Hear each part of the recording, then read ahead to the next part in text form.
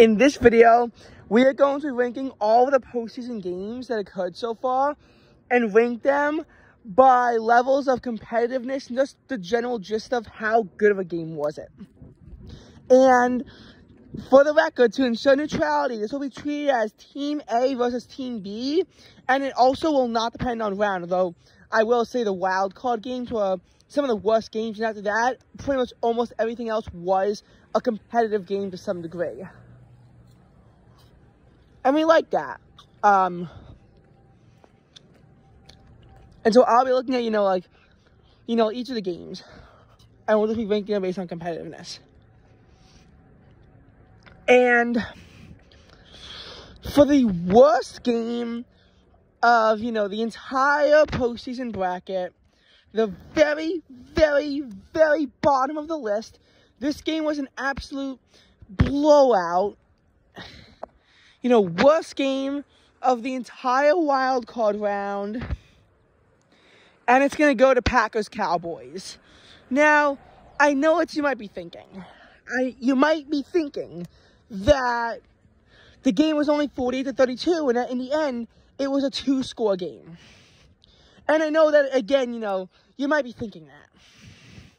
However, the Packers were up 40-16 when there was less than 6 minutes left in regulation. It would go down in history if the Cowboys were even able to go as far as forced overtime, especially if they were able to win it. That would go down in the history books if they were able to do that and make that kind of a comeback. That's like a miracle on a Meadowlands level. It will be, 32-point lead being blown will be the second biggest in history and tied for the largest in postseason history. And to do that in just 6 minutes would be unbelievable.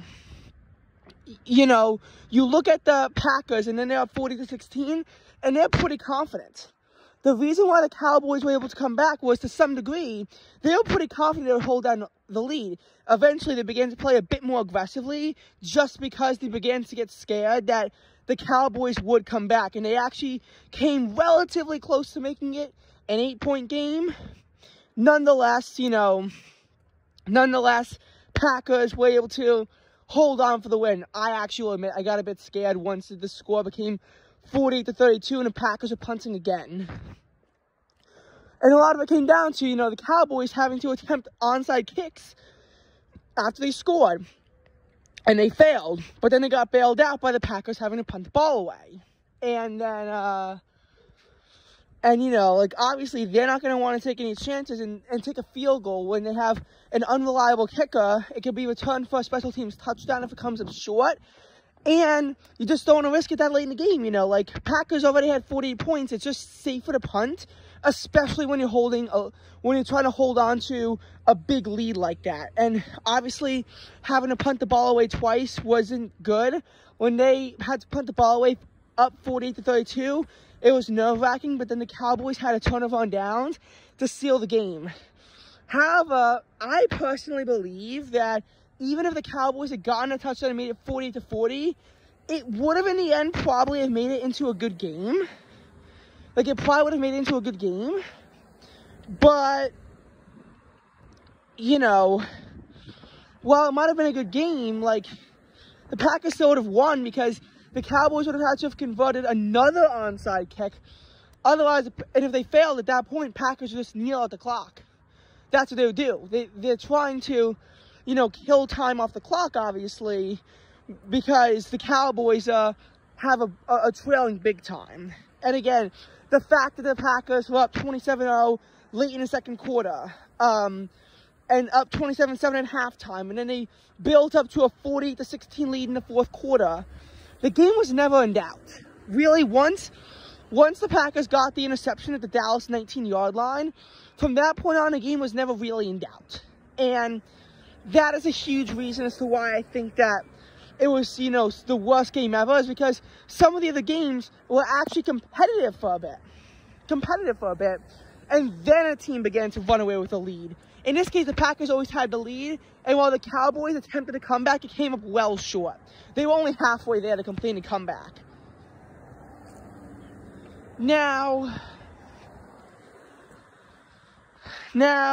as far as the 11th game the next worst game, it's going to probably come down to, and you know that I'm, you know that I like really don't want to say it, but it's probably going to be Eagles-Buccaneers.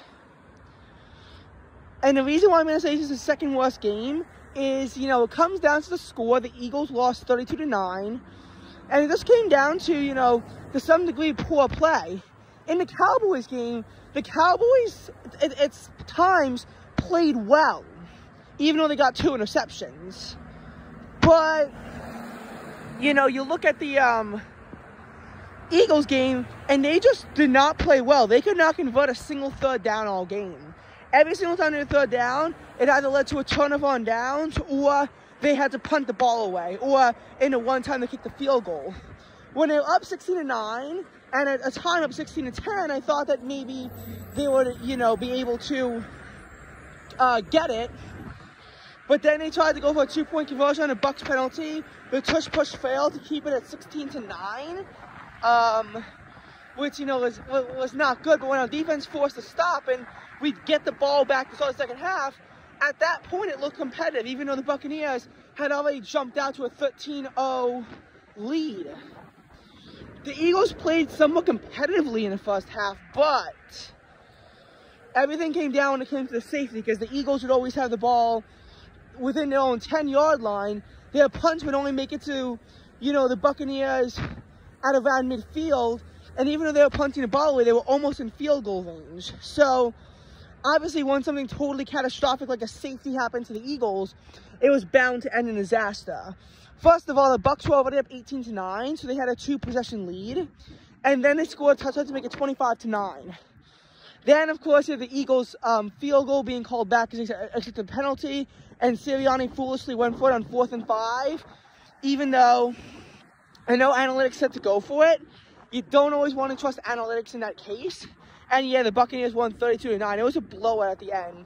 I actually like to compare it to the College Football National Championship in the sense that you had a game that, at first the one team runs with the lead, the other team closes it in. Then they both exchange punts for a while, but then one team was able to get momentum onto their side in a big way and close out that game. And I actually do like comparing it to that game, even though I hated the result of that game. And that, is obviously a big reason why I like to compare it to the game, is because, that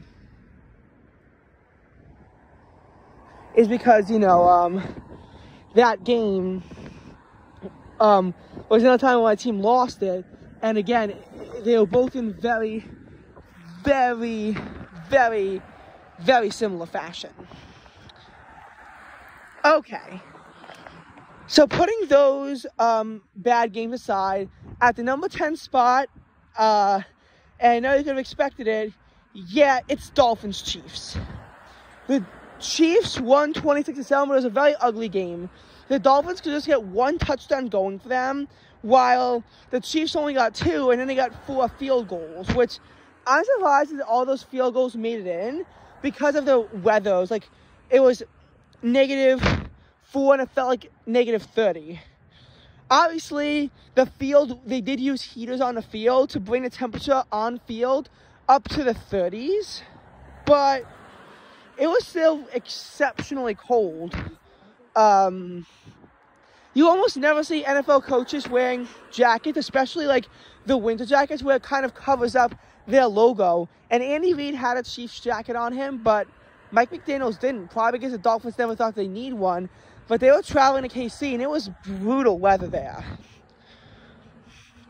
So, yeah, Dolphins Chiefs, 26-7, and 26-7, and the Dolphins were never really in it. Like, they just weren't. Once the Chiefs were just able to get the game rolling, once the Chiefs were able to get the game rolling, they were just in control. And that's why they said that they're not sure where the dagger was from Miami, because they want to say it's on the touchdown, but, realistically it could have been on one of the field goals that they were held to. And the Miami offense could not get anything going all day. It was a pretty ugly game. And the broadcasting on Peacock was also horrible. All right, number 9 spot, and I know you're finally waiting for this because you know that it was gonna have to be on here, and you probably thought I'd put it lower. It's Texans-Browns, and the only reason why I'm putting it, this high on the list is because the game for a very long time looked like it had the potential to be competitive. When it's 3-0 Texans, and then 7-3 Browns, and then 10-7 Texans, and then 14-10 Browns, and then 17-10 Texans. And again, when only 18 minutes of game time had elapsed, exactly 18 minutes, and we saw, those 2 lead changes within 20 seconds, and we saw that between the Browns and the Texans, it really looked like we had a good game going on us. It looked like we were going to have a competitive matchup in Houston, and we just have to see what the Texans could do. Now, here's the thing, though. The Texans did begin to run over the lead. They did extend it to 24-14 at halftime. Joe Flacco threw back-to-back pick sixes, so that's going to be 38-14, and then the Texans got another touchdown to make it 45-14. In the end, a horrible ending. However, the game did show signs of competitiveness throughout the entirety of the first half, and at the very beginning, I thought this was going to be a really good game that would turn out to be a shootout. A shootout, I usually think of a game as where both sides score more than 30 points, but 30 might be a bit low. Like, you might want to raise it up to 35. It honestly does depend on how, you want to view it. I don't think we had a single game this postseason that was, a true shootout. And shootout is, again, where the defense can't get anything going, and it's pretty much just an offensive show as to how it's going. Like the Super Bowl last year, Super Bowl 57 between the Chiefs and the Eagles, when the Chiefs won 30-35, that was a shootout. Because in that game, you pretty much saw the Chiefs and the Eagles, and everything was based on the speed of their offense. Pretty much nothing in that game came down to the defense. There was a little bit that came down to the defense and the special teams, but there was pretty much nothing that really came down to it. Another shootout, probably the biggest one we had this year, was the Lions beating the Chargers 41-38. Or when the Texans beat the Buccaneers 39-37. And again, you just see that. And you have to look at those games and you think that they really are, the biggest shootouts ever, but they're not the most common thing either. Nay. And, I think that to some degree also comes down to it. Now, in the number 7 spot, this one is going to be, where did I put that on the list of worst games? No, I think this is the number 8 spot. And yeah, it's Ravens-Texans.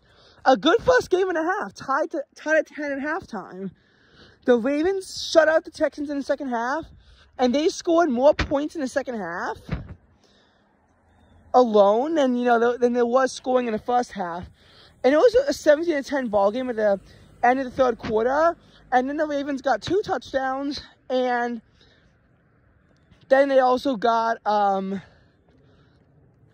field goal at the end of the game to win 34-10. And it's the Texans on the road. Finally, at number 7, and, again, you just knew this had to be there. We got the Bills versus Steelers game, which had to be postponed because of a snowstorm, actually. And yeah, the Bills won 31-17. They actually had a 21-0 lead, and it looked like they were going to extend it to 24-0. But the kick got injured. The kick got blocked, which is actually pretty rare that a kick gets blocked. They were able to not return a touchdown, but maintain possession of it. And then they were able to have a 21-7 ball game. At a time, it actually was 24-17 Bills, and it looked like the Steelers might be able to have completed a comeback. But then they got a touchdown to make it 31-17 and secure themselves. Nonetheless, I'm putting it pretty high on this list because not only was it only a 2-score game, it was a game where the Steelers had a realistic shot of winning. Unlike the Cowboys where, yes, it's also a 2-score game, but did the Cowboys have a realistic chance of winning that game? They absolutely did not. They absolutely puked. And you can't just play competent football for 10 minutes and expect to win a football game. You just can't. Obviously, you know, Mike McCarthy did some bad coaching decisions, like settling for a field goal when down 27-7, knowing that it's still a 3-score game, or attempting a field goal after your 2-point conversion fails, and not going for a 12.2-point conversion when you're down 34-16, when again, you gotta go for it. And I think the Cowboys could have put themselves in a better position overall. Nonetheless, though, it was just humiliation all around, and the Packers could have played harder at the end if they wanted to. They could have gone 50 if they wanted to, and really, so could the Texans also have gone 50 points. There were no 50 burgers this postseason, but we came damn close. Now, coming in at the number 6 spot, now we got all the good, you know, the meaty, greedy 1-score games. But starting off this one, yeah, you kind of just knew that it was going to just have to be this one. It was the AFC Championship game. Why I'm putting it so low? Basically because, you know, the second half defense was good, but people prefer offensive games to defensive games. Like, again, the biggest offensive game was probably the 41-38 Lions-Chargers game, where it was entertaining to see how it would go because of how much scoring there was, and the defenses couldn't do anything on either side of the ball, Chargers or Lions, for that matter. And the game was approaching, you know, the biggest shootout ever, where in 2018, where the Rams beat the Chiefs 54-51. The Chiefs put up a 50-burger and still lost, and that's historical, and it always will be. And then there are the really low-scoring games, like when the Vikings beat the Raiders, I don't know, say 3-0, and it was all about the defense. And what would you rather watch, a game that's 41-38 or a game that's 3-0? It was close, but it was also horrifically ugly. Yeah, that's my problem with this game. The Chiefs took a 2-possession lead into halftime on a 52-yard field goal from Harrison Butler, going up 17-7. With the game, you know, that was not at 7-7 at the end of the first half. And I was rooting for the Chiefs, so I was very pleased by their defense. But obviously, you know, getting 2 touchbacks, a fumble into the end zone and an interception in the end zone, you know, that must have pissed off Ravens fans. And if I was a Ravens fan, I would be so angry. Good thing I'm a Swiftie, actually, because otherwise I would have had to have rooted for the Ravens, and I would have been massively disappointed at that game. But, you know, I digress on that one. And just because I'm a Swiftie doesn't also mean I always rooted for the Chiefs. I actually rooted for the Bills over the Chiefs. But once the Bills lost, then there was really nothing in my way to stop me from rooting for the Chiefs the rest of the way. Just to make that point clear, I'm not rooting for the Chiefs to, you know, it's not solely Taylor Swift is dating Travis Kelce, so I'm rooting for the Chiefs. It wasn't solely that. I know it make it seem like that, but that's not actually the sole and only reason behind any of that. Now, for the what's it called? Bang my hands on my phone. Oh yeah. For the Chiefs-Ravens games, obviously they did great red zone defense by the Chiefs, but they couldn't get anything going either. And you just look at that game, and it's just like, yeah, there was like no offense. Eventually, the Ravens got a field goal to make it 17-10. But at that point, the game was pretty much predetermined because of the Chiefs. At a 2-minute warning, all they had to do was get a first down, which they did, and then they could just kneel out the clock. So, and you can't attempt an onside kick on a field goal. You have to get a touchdown to attempt an onside kick, which the Ravens likely would have had to have done because they knew that with how few timeouts they had, the Chiefs could just kneel out the clock completely. Hence why the AFC Championship game is going to be at the number 6 spot. The number 5 spot, in this case, it's going to be the NFC Championship game. Again, you had the Lions jump out to a 24-7 lead where it looked like it was going to be a blowout. And even with the Niners getting the ball at halftime, when, you know, you had that field goal by Jake Moody was 24-10. I was pretty confident. Just when the Lions were marching on the field, they go for it on 4th and 2, which personally, the 4th and 2 call, I never have a problem with. 4th and 3 call I was furious at, but the 4th and 2 call I didn't have a problem with. Because even though, yes, you should have just taken the points, made it a 27-10, 3-possession game, I was just like, okay. The Lions offense was mowing down the field all day. It's pretty realistic they could have gotten it. Should they have called a running play over a passing play? Absolutely. But personally, I think that going for it on 4th and 2 was reasonable because, yes, you took the points right before the half to make it a 3-possession game. But at this point, you really were more interested in getting a touchdown to make it, a 31-10 game and then pretty much putting it out of reach for the Niners. But of course, then we had to see how the game really shifted as Brandon Ayuk made a 51-yard catch and eventually scored a touchdown. The Lions fumbled on their very first possession at their own 24-yard line. So, of course, it's going to be very easy then for the Niners to just get a quick layup on them and make it 24-24. They force a quick 3-and-out, and then they march on the field, and it's 27-24 for the Niners. Obviously, that 4th and 3 call I was pissed at. You had a further distance. Still a very makeable field goal in the 40s in terms of yards. And you really wanted to tie that game up because if you had gotten it, then the Niners march down the field and score a touchdown. You can march down the field and score a touchdown. And then you can tie up the game, or if you really want to, go for the 2-point conversion to win the game outright, even though obviously failing that has massive consequences.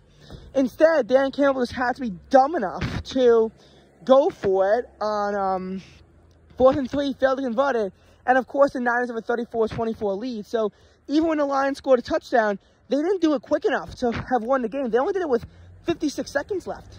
When it was 34-31, so at that point, the Lions have to go for an onside kick, which only one has been converted all season. And,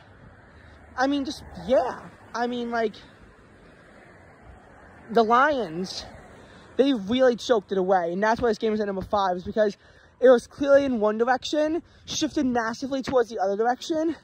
But but it wasn't really a competitive game. It was just two unbalanced halves, The first half with the Lions having a 24-7 lead, and the second half, I guess you could say the Niners won 27-7. So it was just two blowouts that were mashed into one game together in awkward fashion. Now, number 4 spot, it's going to be Rams-Lions.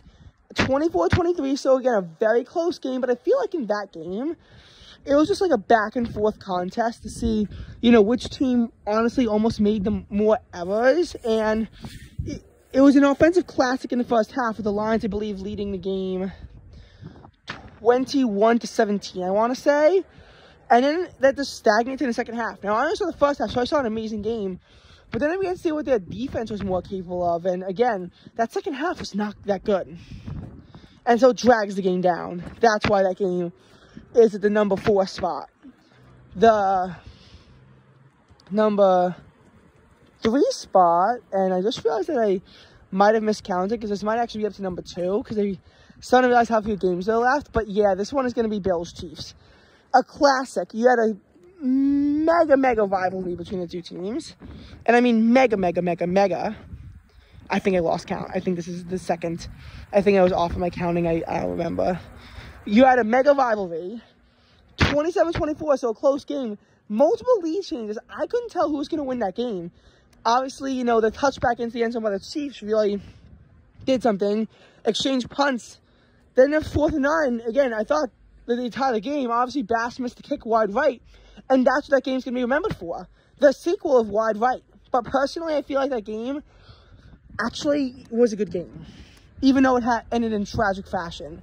And I think the best game yet, Packers-Niners, because again, a lot of lead changes. Eberflus missed the kick, but the Packers are still up 21-17. Of course, Purdy leads them on the game-winning drive, 24-21, and it's sealed by an interception. And wait a second. No, there is one more game, and it's Bucs-Lions. Oh, God. I can't believe I forgot about this, so I'm putting it at my number 1. But honestly, in a way, I feel like that was the best game, in a way. Because this is a game where truly you could not tell who was going to win. In the NFC Championship game, you had the gut instinct that the Lions were going to win, and they lost. In the divisional game between Packers and Niners, you had the gut instinct that the Packers were going to win, and the Niners came away with it. Bills Chiefs, again, you couldn't really tell, but I mean, there were clues. This game was tied 3 at the end of the first quarter, 10 at the half, 17 at the end of the third quarter, and the Lions won 31-23. The Bucs tried that going for 2 down 8 strategy, and even though it didn't work, again, personally, it was the right call because I was scared. If they got that 2-point conversion and had the 31-25, one touchdown would win them the game because they'd be down only 6 at that point. And in the Lions, 31-17, they had to punt the ball multiple times. Maybe they suffered a turnover or whatever. And really, it came down to a last-second interception to end the clock. What I feel like makes this the best game of all is that the kneel downs weren't even the end. Dan Campbell messed up the kneel down so much that I was pretty much throwing up inside myself saying they're not going to kill enough time on the clock. They're not going to wind the clock down to 0. What they failed to account for was the Buccaneers had a timeout left. So Campbell calculated it so that if the Buccaneers didn't call a timeout, by the final kneel down, they'd be up 30, they'd be up, 30, they'd have it with 37 seconds left. The Bucs could have called timeout, forced a 50-yard field goal that, if it went through, obviously, yes, 34-23, that's pretty much insurmountable with only 30 seconds left because you're not going to lead them on a touchdown drive that quickly. But what you got to think about is Todd Bowles didn't call a timeout. He could have called a timeout. Forced them to make a 50-yard field goal that had about a 40% chance of being made given the circumstances, and that if missed, would have set the Bucs up at near midfield at about the 40-yard line of the Buccaneers to march down the field in a game-winning drive. Although you wouldn't need a 2-point conversion and getting a touchdown quickly, I'd say the Bucs' chances of winning were only about 10%. But I was throwing up inside myself as to what Dan Campbell was actually thinking, because that was a dumb decision. But nonetheless, the fact that it really just had all those semantics coming down to it, yeah, it was the best game.